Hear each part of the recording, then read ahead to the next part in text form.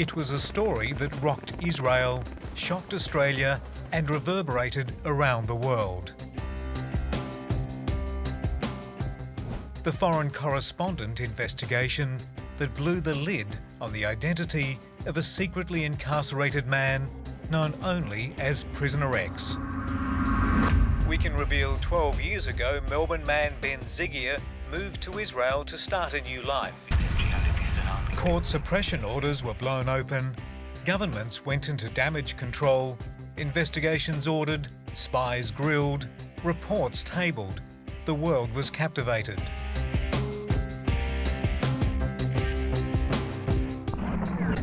Now, the ABC investigative report said that Prisoner X was actually Ben Zygier, the Melbourne man who hanged himself in an Israeli jail in 2010. Is referencing it as a report from Australia. It was supposed to be a suicide-proof cell, but the ABC report says he was found hanged in December 2010. But while we now know a lot more about Prisoner X, Australian Ben Zygier, his life and then demise in a super-secure prison, vital questions remain unanswered. Why did Israel go to extraordinary lengths to conceal his identity? What was it about what he'd done that is so sensitive? Finally, some answers as we meet the foreign spy exposed by Zygier and learn more about his super-secret deal with Israel, a deal sabotaged and scuttled by this Prisoner X. What did he do? I don't know. And I don't think as a patriotic Australian, I don't think that you should go into it. Really? Yeah.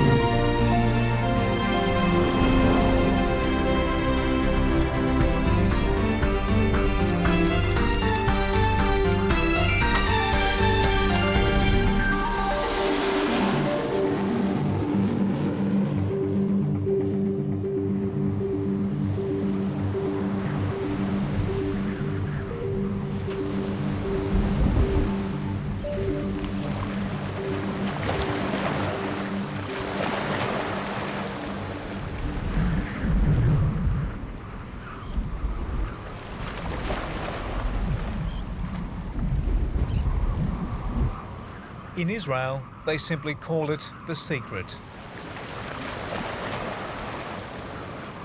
3 months after Foreign Correspondent revealed the existence and identity of this country's Prisoner X, I've returned looking for an answer to the most elusive question of all.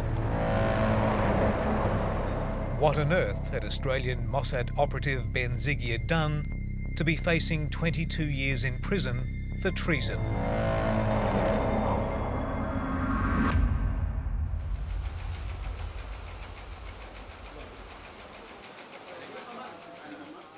The major facts of the espionage case are still unknown. It takes a long time until more detail comes out. When our original story aired in Australia, editors in Israel were summoned to the office of the Prime Minister to be lectured by the head of Mossad. They were warned not to report details of our program. The judge ruled that even mention of the existence of the order was prohibited.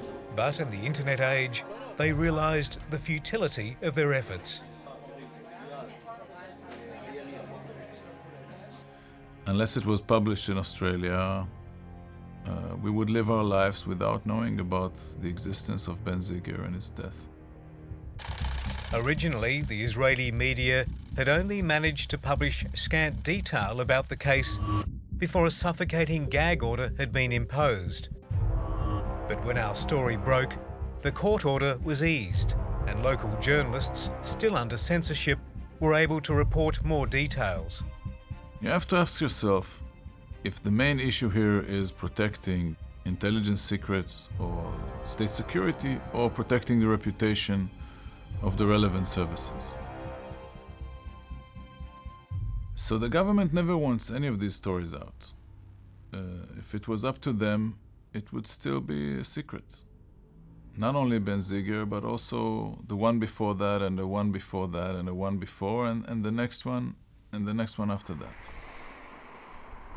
The Israeli government didn't rely on gag orders alone. When our story aired, the Prime Minister himself made a passionate appeal from his cabinet room. The subtext of his message, leave the story alone.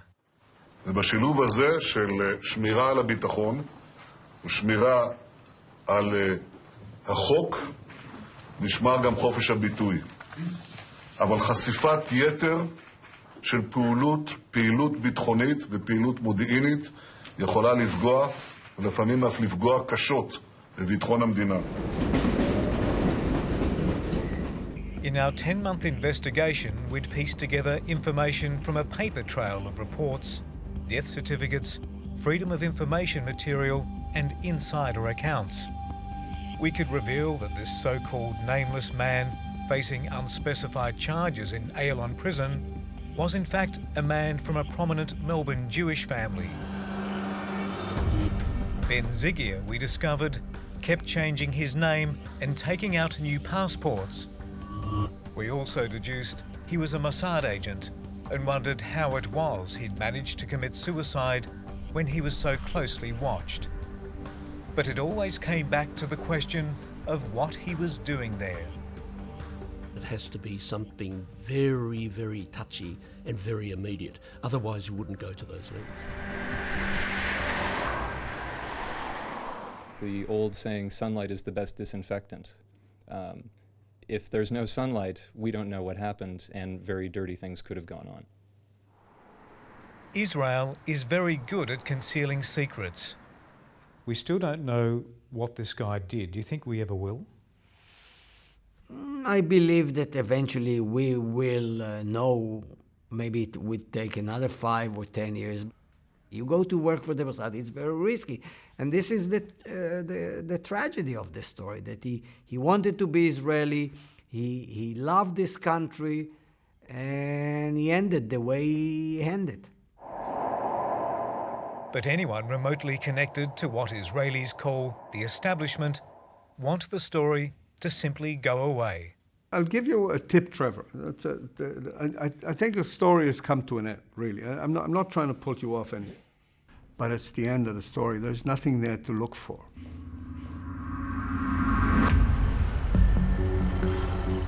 But there is a lot more to the story of Ben Zygier. In March of this year, a report by German magazine Der Spiegel and the Fairfax Press claimed Zygier had given up names of Lebanese informants working for Mossad. But the story stopped short of exposing his full transgression. Tonight, we can reveal why the exposure mattered so much to Mossad, the Israeli government, and the Israeli people. It involves his connection to a monumental operation by Mossad that ended in monumental failure. A mission undone by the recklessness of Ben Zygier. This guy was a guy that tried to become a hero.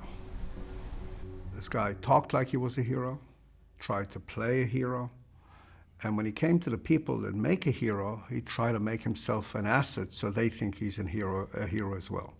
Whilst trying to make himself an asset, he committed a crime.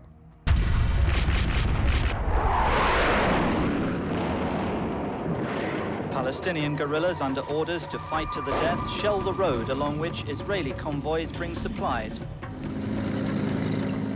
To get a sense of how damaging Ben Zygier's actions were to the state of Israel, you need to understand something revered in this nation of soldiers. Israel's men and women serve in the knowledge that whatever happens, they will always come home, even if they die in action. The repatriation of the fallen is a contract, and the state will do just about anything to fulfill its side of the bargain. A testament to that is that after all of Israel's wars, there are only 6 soldiers still missing in action.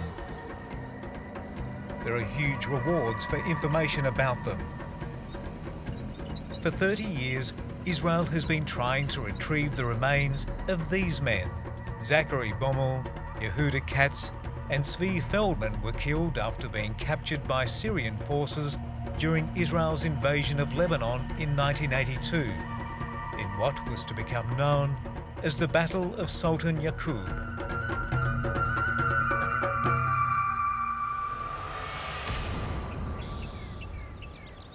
I've come to Lebanon, still in a state of war with its southern neighbour Israel.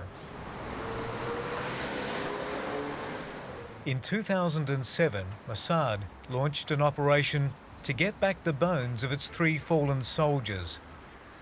It set out to cultivate a man who would become a prized recruit.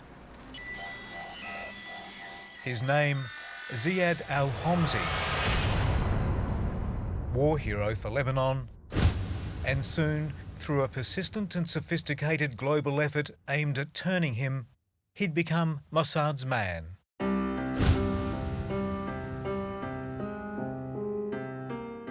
Al-Homsi has a colourful past as a revolutionary.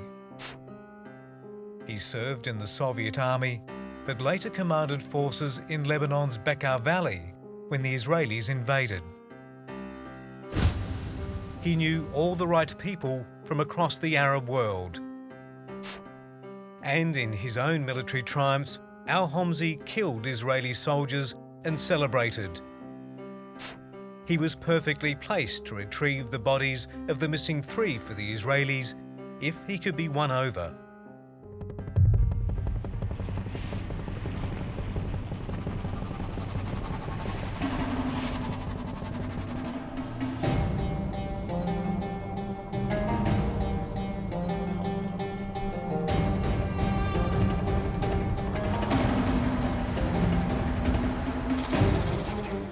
From Beirut, I crossed the mountains to the Bekaa Valley and towards the Syrian border.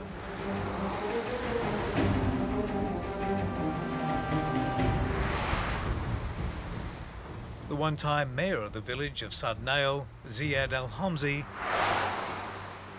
has agreed to see me to tell me his version of the story.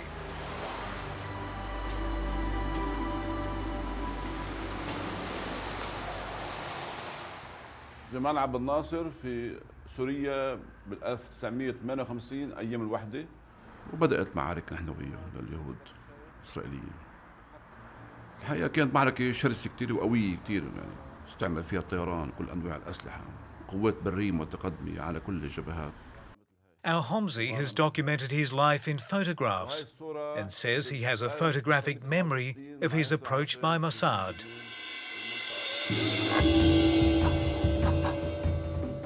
It started when a Chinese man came to town and urged him to travel to Beijing for a mayor's convention. Once in China, he was met by other officials who wanted to start up a clothing export business with him. وهيك صار عنده شركة، رحنا على مقر الشركة، شفتها بمقر الشركة وتعرفت عليها، وتعرفت على واحد هونيك سوري اسمه جورج عطار. The Syrian man was working for Mossad and soon asked Al-Homsi about his war past and in particular the Battle of Sultan Yaqub. إعلان كتاب عن معركة السلطانية، معركة السلطانية تبع 82. قال لي شو هالمعركة؟ قلت له والله قصة هيك هيك هيك. بالليل بشوفني بيقول لي أنا عندي خيي موجود بأوروبا بيهتم بالمفقودين بالحروب، بيخبرني إنه هالمعركة فيها 3 جثث بعد يهود مفقودين. Al-Homsi rightly suspected all along it was Mossad trying to recruit him, and he went along with it. Over 5 trips to Thailand, he was introduced to more senior operatives. Eventually, in a bombshell, they told him where the bodies were and made a proposition. أنا بعد سنة من اللقاءات معهم، في آخر لقاء أبلغوني عن مكان الجثث. هن تحديداً بالضبط.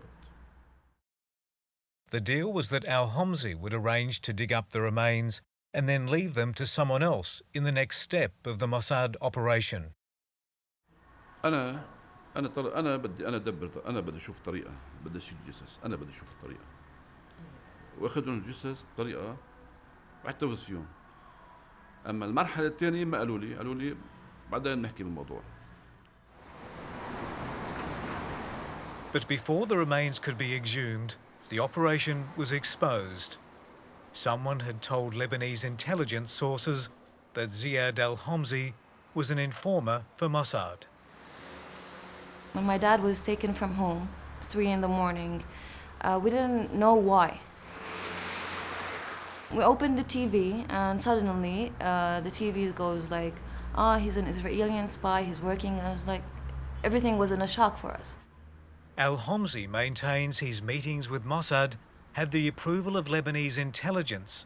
They wanted to find out where the bodies were too, so they could trade the remains in a deal for the release of Palestinian prisoners.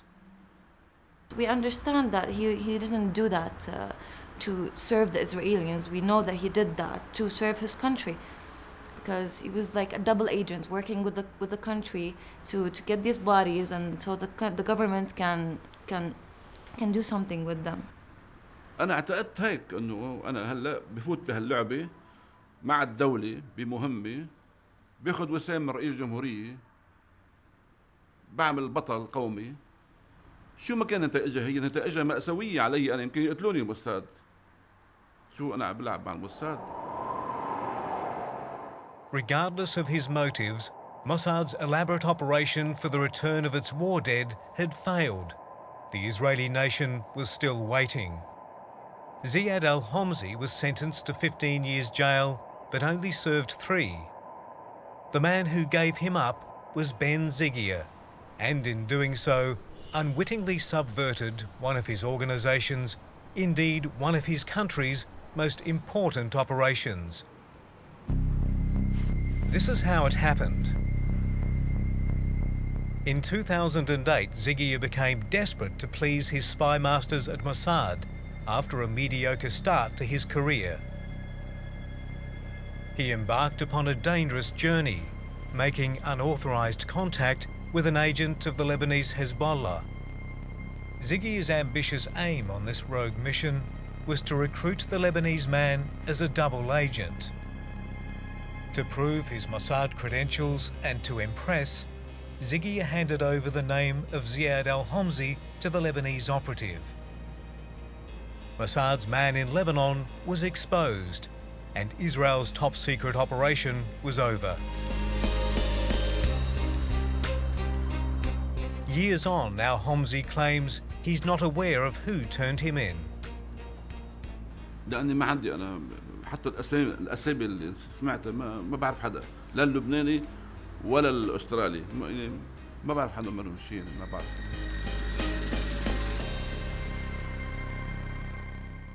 Do you think the Mossad are very smart? Of course they are. They are one of the most intelligent systems in the world. They can go into people's life. They are smart people. Of course they are smart.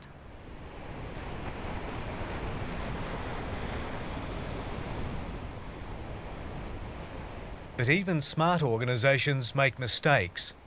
Ben Zygier's recruitment to one of the world's most feared and revered spy agencies was to be his undoing, and a blot on Mossad as well. I would say in the last 40 years there were maybe 3 cases that are known, including Ben Zygier, of people who, in retrospect, shouldn't be recruited. So, 3 out of, in 40 years, out of hundreds, if not thousands, people being recruited to work for the Mossad, that's not a bad ratio at all. There's a boy, a good Jewish boy, made Aliyah, came to this country, tried to serve this country, thought that he could be more useful and he's more important to this country than other people thought. There was no malice here. What there was stupidity, and there was a crime.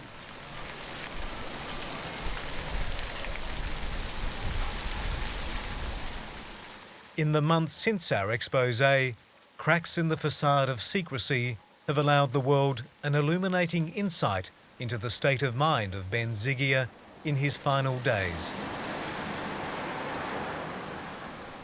The tragic demise of Ben Zygier has become a question of blame. Security authorities have absolutely no regrets, except for the fact that this man died in prison, and for that, they blame jail authorities.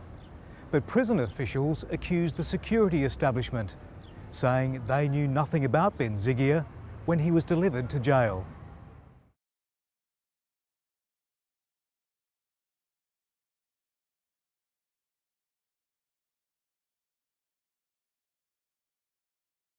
This is inside Unit 15 at Ayalon Prison, and you can see its original inhabitant, Amir Yagal, the right-wing extremist who assassinated Israeli Prime Minister Yitzhak Rabin. There was another inmate here beside Yagal and Ben Zygier. He met me at my Tel Aviv hotel. There is camera in this side. Prisoner A, we'll call him, spent 3 months in this cell and wishes for his identity to be concealed. You can't know if it's day or night. You can't hear nothing, you can't see nothing. What would it be like spending 10 months there? It's like put a bullet in his head. It's like they bury you alive. The same feeling. Prisoner A revealed to me the surveillance systems inside the cell. 3 CCTV cameras, including one in the bathroom that recorded above chest height, and hidden microphones, so powerful they could pick up any conversation. They can hear you and they watch you and they see you everything, every day and every night, because there is night vision also in the camera.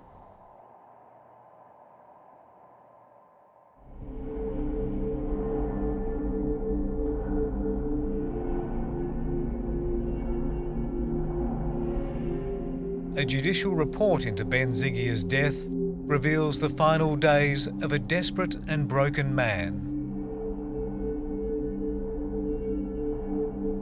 After 10 months in a windowless cell in Ayalon prison, he contemplates a plea bargain that could halve his sentence to 10 years.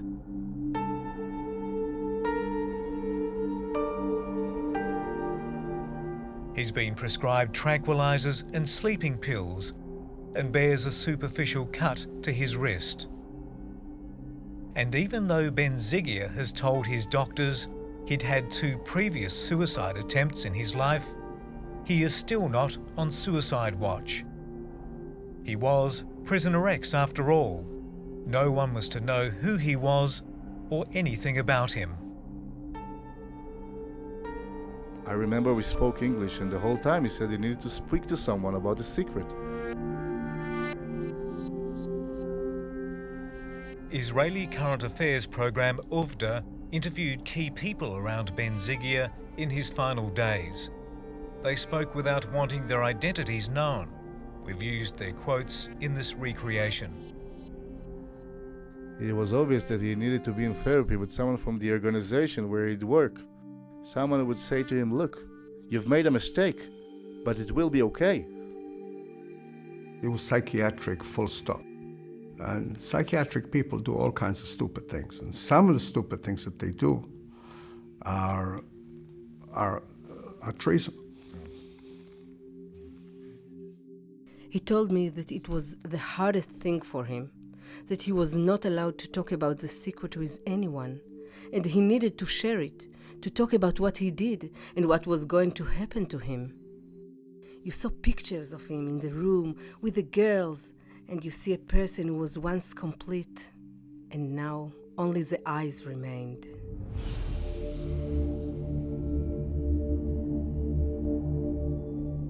This is Ben Zygier's final tumultuous day. 7 hours before his death, Ben Zygier's wife visits him in jail.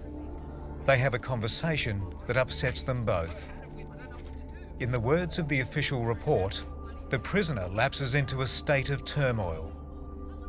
Zygier's wife delivers what is described as a difficult message, leaving him distraught.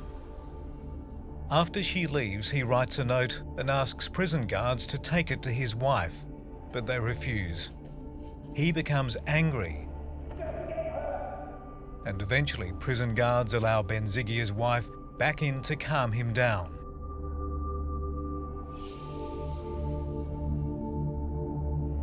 Four hours later, and alone, the prisoner takes a wet bedsheet to the adjoining bathroom in the cell, switching the light out on the way. The guards aren't watching him, and the surveillance camera in the bathroom is not working anyway. I just got home. I was parking the car. I received a call from the prison. He committed suicide, they told me. It was obvious who it was, and all I could manage to say was, "Oh no." I tell you, I was broken. I simply felt that we failed. His blue eyes went with me everywhere. He really got under my skin.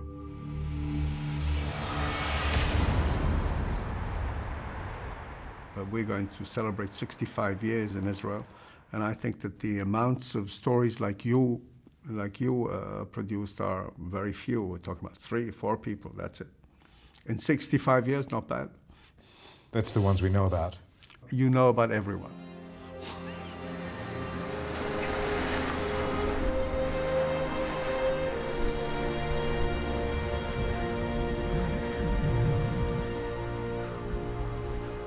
This is the tragedy of an ardent young Zionist from Melbourne who wanted to serve his people in a way he was not cut out for. It's the story of a government that wanted to banish him and a prison system that could not keep him alive. Whether the exposure of Ben Zygier's transgressions amounted to a threat to state security is something that will always be debated in Israel. Its prisoner X will never face trial. At least we know he did exist.